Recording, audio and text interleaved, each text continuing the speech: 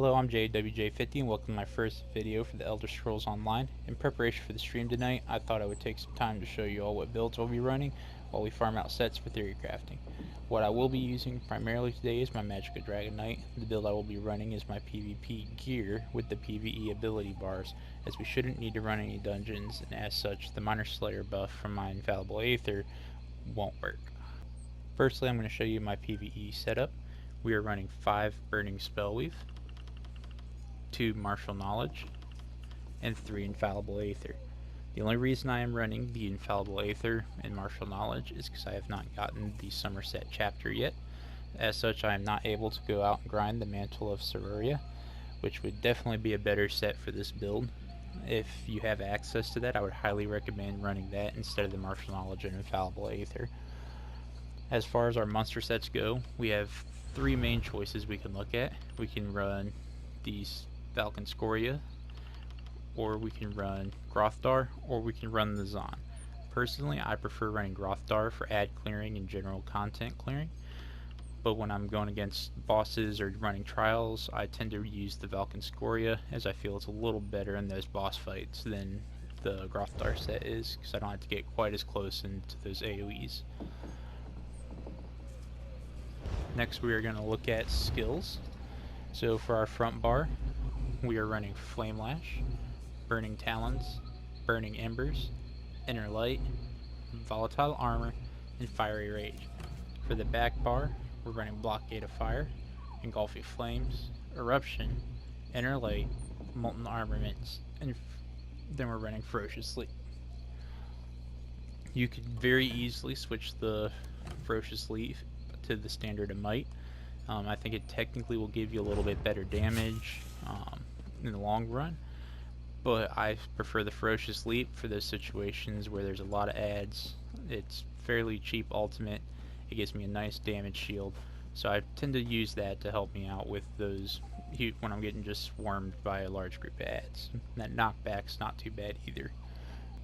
As I am not max CP yet, my CP is still being worked on. However, currently we are running 20 Warlord, 6 Sprinter, 64 Arcanist, 49 Tenacity, 19 Healthy, 20 Tumbling, 20 Elfborn, 52 Spell Erosion, 37 Staff Expert, 17 Master at Arms, 51 Thaumaturge, 20 in Ironclad, 2 in Resistant, 51 Light Armor Focus, 11 Thick-Skinned, Hardy, and Elemental Defender.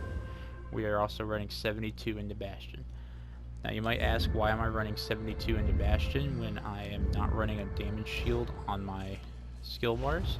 The main reason is because I am not max CP yet. My builds are not able to be optimized for their CP correctly anyway. As such, I tend to just run a kind of general CP that covers a little bit everything, so I can use the same CP setup for my PvP, which we will be going over here in a little bit, and it will allow me to boost the damage shield that I have there that I use to recover from ganks. So let's go ahead and begin talking about that PvP setup so you can see what I'm talking about here. For PvP, we are running 5 Burning Spellweave still, then we're running 5 Shackle Breaker, and 2 Falcon Scoria. This build has a little bit of flexibility on your front bar for your weapon choices. You can either run the Burning Spellweave Sword and Board. This will help you be a little bit more tanky, but it will give you a little less damage. Or you can go ahead and run the Fire Staff, which will give you a little bit more damage, but you won't be quite as tanky. I typically run the Sword and Board for most PvP. I tend to do small group or do battlegrounds, but if I'm running in a Zerg, I tend to switch to that Destro Staff for a little bit of extra damage, so I can rely on the Zerg to kind of help mitigate the damage as well as give me heals.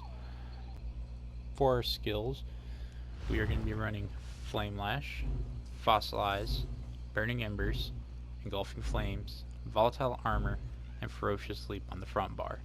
For the back bar, we're going to run Purge, which I still need to get it leveled to morph to Efficient Purge, Burning Talons, Healing Ward, Dragon Fire Scale, Coagulating Blood, and then I have Ferocious Sleep again. This Ferocious Sleep is just a filler until I can get my Resto to 50 to unlock the Resto Ultimate, in which case I'll be switching it to that. These are my main DK builds. Hope you enjoy them. If you do, please leave a like, comment if you have any questions, tips, or critiques, and please subscribe. It would help me out a lot. Thanks for watching, and see you all tonight on Twitch. Thanks.